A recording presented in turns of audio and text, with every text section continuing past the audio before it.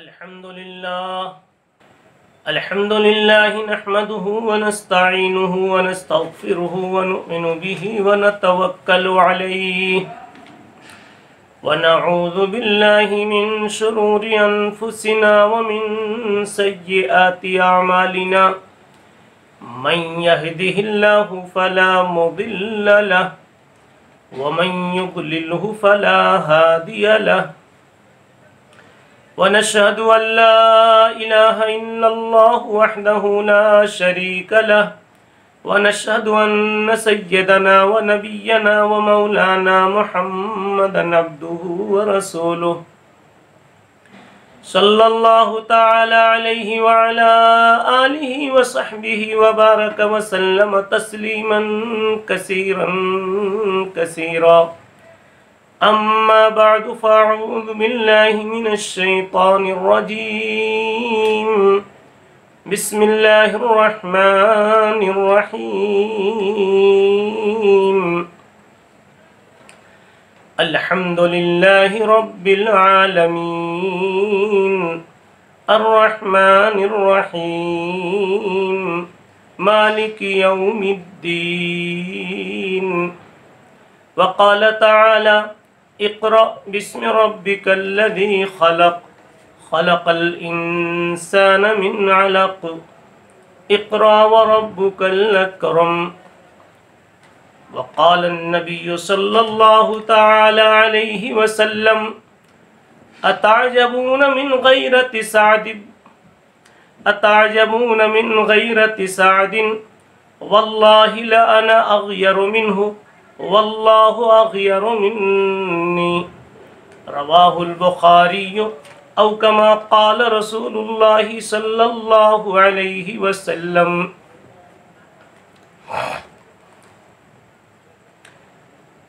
قابل احترام بزرگوں، دوستوں اور ساتھیوں،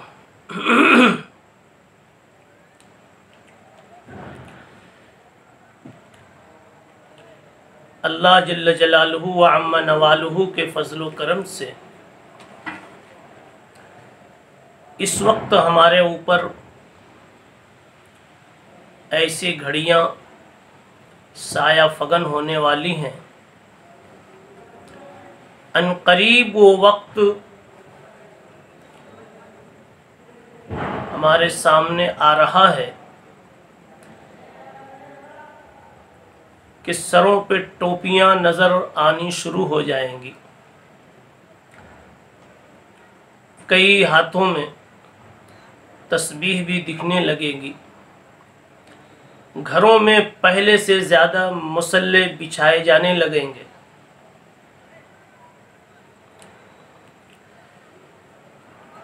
ایک سوال ہوتا ہے، خیال ہوتا ہے، کوئی تشکیل نہیں کی گئی، کوئی اعلان نہیں کیا گیا، کیا ہوا اور کیسے ہوا کہ جنہیں مہینے کبھی ٹوپیوں کا خیال بھی نہیں آتا تھا، جمعہ کو ماموں کی، چچا کی، بھائیوں کی ادھار ٹوپیوں پہ وہ جمعہ کی نمازیں ادا کر لیا کرتے تھے،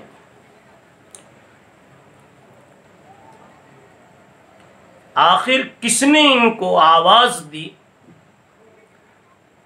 کہاں سے ان کو خیال آیا کہ ان کو اپنی ٹوپیاں یاد آئیں، اپنے مصلے یاد آئے، مسجدوں کے راستے جو بھولے ہوئے تھے آج وہ مسجد کی پہلی صفوں میں نظر آ رہے ہیں، کبھی وضو خانے پہ دکھ رہے ہیں، کبھی مسواک کرتے ہوئے دکھ رہے ہیں، سبحان اللہ، الحمدللہ، لا الہ الا اللہ کی آوازوں کے بیچ وہ پائے جا رہے ہیں، آخر یہ سما، یہ ماحول کہاں سے بن گیا؟ انسان چونکہ ایک مخلوق عقول ہے، فکر والی مخلوق، عقل والی مخلوق، سوچنے والی مخلوق، کیوں اور کیا والی مخلوق، یہ پنکھے میں آواز کیوں ہوئی، کہاں سے ہوئی؟ ایسا حساس یہ انسان ذہن لے کر کے جی رہا ہے کہ اسے یقیناً اس کی علت کی تلاش ضرور ہوگی۔ انسان جب اس پہ غور کرے گا تو غور کرتے کرتے بات وہاں تک جائے گی جو الا لہ الخلق والامر کے اندر میں چھپی ہوئی۔ پیدا کرنے یہ خیال پیدا کیا اور اس کے ذہن و دماغ میں یہ فکر پیدا کی کہ اس کو تسبیح یاد آئی، مصلی یاد آیا، اسے مسجد کا راستہ یاد آیا، اسے وضو کی یاد آئی، اسے تسبیح، تلاوت، اللہ اللہ جیسی نیکیاں یاد آئی۔ یہ اصل میں اس کے پیچھے راز یہ ہے کہ جس مالک نے ہمیں بنایا ہے، جس رب کائنات نے ہمیں بنایا ہے، اس بنانے والے ہی نے ہمارے اندر میں یہ احساس زندہ کر دیا اس خاص موقع پر۔ تھوڑی سی ایک بات اور بنیادی یہاں ملا لی جاوے کہ اللہ کا ہر نظام بندوں کی ترتیب کے اعتبار سے چلتا ہے، یا یوں کہہ لو کہ بندوں کا ہر نظام اللہ کی ترتیب کے اعتبار سے چلتا ہے۔ حق تعالی شانہ اسی انداز پر اپنے اوامر اور اپنے کام کو آگے بڑھاتے ہیں جس انداز پر بندہ اپنا کام کرتا ہے، تاکہ بندے کو اللہ کے نظام کا سمجھنا آسان ہو جاوے۔ بندے کا ایک مزاج ہے کہ جب اس کی کوئی چیز اپنی ہو جاتی ہے، جب کوئی چیز اپنی ہو جاتی ہے تو اپنی ہو جانے میں اپنی نسبت کی وجہ سے ہر حسن کا وہاں متلاشی ہوتا ہے۔ گاڑی اپنی ہو گئی تو گاڑی میں وہ حسن دیکھ رہا ہے، حسن دیکھنا چاہتا ہے، حسن ڈھونڈ رہا ہے۔ مکان خریدا، کل تک کسی اور کا تھا، بے خیال تھا، دسیوں مرتبہ گزرا مگر مکان کے تعلق سے اسے کوئی خیال نہیں آیا۔ اب جب خریدنے کے بعد آج اپنا ہو گیا تو مکان کے اندر میں کئی حسن اسے نظر آنے لگے۔ انسان کو اصل میں اپنی نسبتیں بڑی پیاری ہوتی ہیں۔ اسی ترتیب پر اللہ کا بھی نظام ہے کہ حق تعالی شانہ جسے اپنا بنا لیتے ہیں، اور جس چیز کی نسبت اللہ نے اپنی طرف کر لی تو اللہ تعالیٰ بھی اس میں حسن کی صفات دیکھنا چاہتے ہیں۔ اللہ تعالیٰ حسن اس میں دیکھنا چاہتے ہیں، اور اس میں حسن کا ہونا اللہ اپنی عزت، اپنی عظمت تصور کرتے ہیں۔ اس لیے حق تعالی شانہ نے رمضان کے اس مہینے میں جو عنقریب ہمارے اوپر سایہ فگن ہونے والا ہے، اللہ تعالیٰ نے ہمیں حسن والا بنانے کے لیے، حسن ڈالنے کے لیے، حسین بنانے کے لیے، خوبصورت بنانے کے لیے اللہ جل جلالہ و عم نوالہ نے یہ مہینہ ہمیں نصیب فرمایا ہے، اور مہینے میں یہ مبارک اور حسین خیالات اللہ نے ہمیں نصیب فرمائے۔ کہا جاتا ہے کہ انسان میں ایک چیز غیرت ہوتی ہے۔ غیرت اس بات کا نام ہے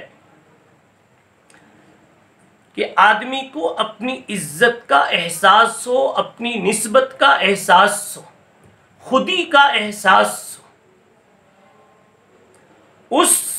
عزت کا احساس جب تک انسان کو ہوتا ہے وہ کئی مکروہات سے بچ کر جیتا ہے۔ اس کی اپنی عزت کا احساس، اپنی غیرت کا احساس کئی منفیات سے، کئی مکروہات سے اور کئی گندی حرکتوں سے، نامناسب حرکتوں سے، نامناسب اعمال سے انسان پھر اپنے کو بچا بچا کے رکھتا ہے۔ اپنا کپڑا، اپنے بدن پر انسان میل والا دیکھنا پسند نہیں کرتا، کچرے والا دیکھنا پسند نہیں کرتا، اپنی آپ لوگوں کے سامنے کچرے والی لے کر جانا پسند نہیں کرتا۔ اس کی غیرت، اس کی اپنی عزت کا احساس مانے بنتا ہے۔ حق تعالی شانہ نے انسانوں کو اپنا بنایا اور اپنا بھی ایسا بنایا کہ اکرم الخلائق بنایا، اشرف الخلائق بنایا، اشرف المخلوقات بنایا۔ اللہ کی غیرت کب یہ پسند کرے گی کہ اللہ کی اس پیاری مخلوق میں کہیں کوئی کچرا ہو، اللہ کی اس پیاری مخلوق میں کہیں کوئی گندا پن ہو، اللہ کی اس شریف مخلوق میں کہیں انگلی رکھنے کی جگہ ہو۔ اس لیے حق تعالی شانہ کی غیرت نے، حق تعالی شانہ کی غیرت نے ہمارے لیے تربیت کا ایک نظام ظاہر فرمایا۔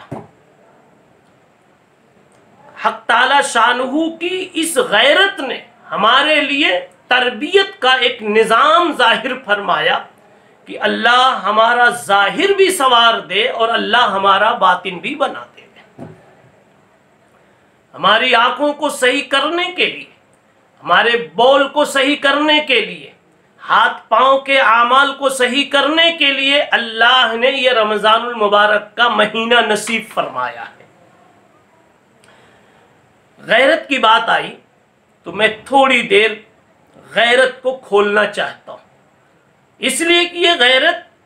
انسان کا وہ وصف ہے کہ جس میں جب تک غیرت زندہ ہے وہ انسان انسان ہے۔ جس کی غیرت گئی، انسانیت گئی۔ آپ حضرات کو اگر آسانی سے سمجھنا ہے تو غیرت کو حیا میں تبدیل کر لیجیے، غیرت کو شرم میں تبدیل کر لیجیے کہ بے حیا انسان گیا گزرا کام کرنے میں کبھی نہیں شرماتا، بے حیا انسان چوری کرنے میں کبھی بھی اس کو تردد نہیں ہوگا، وہ ہر منفی عمل کرنا اس کے لیے آسان ہو جاتا ہے۔ با حیا انسان تو بولنے سے پہلے بھی سوچتا ہے اور بولنے کے بعد بھی سوچتا ہے، کرنے سے پہلے بھی سوچتا ہے اور کرنے کے بعد بھی سوچتا ہے۔ اور یہی حیا، اسی کو غیرت سے اگر تعبیر کر لیتے ہیں تو حدیث سے ہماری بات بڑی قریب ہو جاتی۔ ایک موقع پر حضرت سعد رضی اللہ تعالی عنہ کو کسی مسئلے میں چھیڑ دیا گیا، ان کو اپنی عزت کا احساس ہو گیا۔ کسی کو چھیڑ دو تو کبھی اس کا احساس جاگ جاتا ہے، تو حضرت سعد کو اپنی عزت کا احساس ہوا، ان کی غیرت جاگ گئی، ایسا کہہ لیجئے کچھ جوش میں آ گئے۔ صحابہ کو تھوڑا سا تعجب ہوا، سعد ذرا جوش میں آ گئے، تو سرکار دو عالم صلی اللہ تعالی علیہ وسلم نے اس موقع پہ ارشاد فرمایا، لوگوں اتعجبون من غیرت سعد، کیا تم کو سعد کی غیرت پر، سعد کی حمیت پر، سعد کے اس احساس پر، اس جوش پر تمہیں تعجب ہے؟ ارے غیرت تو انسان کا ایک وصف حسین کہلاتا ہے۔ پھر آگے آپ نے ارشاد فرمائے واللہ لأنا اغیر منہ، سعد میں جتنی غیرت اللہ نے رکھی ہے اس سے زیادہ غیرت مجھ میں اللہ نے رکھی ہے۔ اور آگے ارشاد فرمایا واللہ اغیر منی، اور مجھ میں جتنی غیرت ہے، مجھ میں جتنی عزت کا خیال و احساس ہے، اس سے زیادہ اللہ نے اپنی ذات میں غیرت رکھی ہے، اللہ اس سے بڑا غیور ہے۔ اب جب اللہ میں غیرت سب سے زیادہ ہے، تو اللہ کو کب یہ گوارا ہوگا کہ میری مخلوق، وہ بھی وہ مخلوق جسے میں نے منہ لگایا ہے، جسے میں نے اپنے محبوب بنایا ہے، جسے ہم نے اشرف المخلوقات کا لقب دیا ہے، وہ مخلوق کیسے گندی رہ جاوے، وہ مخلوق کیسے میلی رہ جاوے، اس کے اخلاق قابل اعتراض ہوں، اس کے معاملات قابل اعتراض ہوں، اس کی عبادات نقص پر مشتمل ہو، اس کا سونا، اس کا جاگنا، اس کا رہن سہن، اس کی معاشرت، اس کی خلوت، اس کی جلوت، یہ اس قابل ہو کہ نقد کیا جاوے؟ اللہ کی غیرت نے گوارا نہیں کیا۔ اسی غیرت نے جوش دلایا کہ اللہ ہماری تربیت کے لیے اللہ نے نظام بنا دیا۔ اسی غیرت نے رمضان المبارک کی شکل میں اللہ نے ہماری تربیت کا نظام بنایا۔ اور بات تو دراصل یہ ہے کہ یہ غیرت اس لیے آئی کہ آگے ایک بڑا پروگرام تھا، اور کسی بڑے پروگرام کی تیاری بہت پہلے سے کی اور کرائی جاتی۔ مثال کے طور پر ہماری عید آتی ہے، آئے گی ابھی 1 مہینے کے بعد، لیکن رمضان کی پہلی تاریخ ہی سے، بلکہ شعبان سے، رجب سے کپڑوں کی تیاری کا نظام شروع ہو جاتا ہے۔ آپ کے صاحبزادے کی شادی ابھی 3 مہینہ آگے ہے، لیکن ابھی سے مکان کی صفائی، ابھی سے کپڑوں کی سلائی، ابھی سے رشتہ داروں میں مشورے، یہ ساری چیزیں شروع ہو جاتی۔ کیوں؟ آپ سوچ رہے ہیں کوئی ایسا نقص باقی نہ رہ جاوے، ایسی کوئی کمی نہ رہ جاوے کہ ہماری عزت پر حرف آوے۔ اللہ تعالیٰ نے ایک نظام بنایا ہے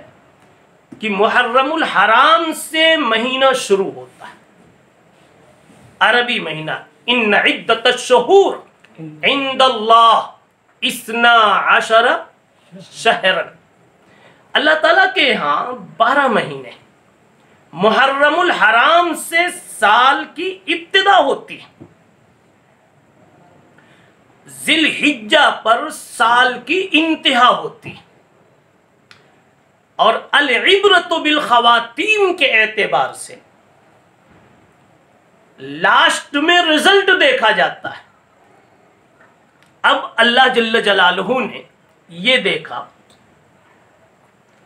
ہمارے بندے محرم سے جیسے ویسے جی رہے ہیں، محرم سے اپنی آزادی کے ساتھ چل رہے ہیں۔ ہم نے مختلف مواقع پر انہیں جھجوڑا بھی، جگایا بھی، ہلایا بھی، ہم نے ان کو آگاہ کیا، ہم نے ان کے ساتھ تنبیہ کا معاملہ کیا، مگر جیسا جگنا چاہیے نہ جگ سکے، جیسا بننا چاہیے نہ بن سکے، جیسا سنورنا چاہیے نہیں سنور سکے۔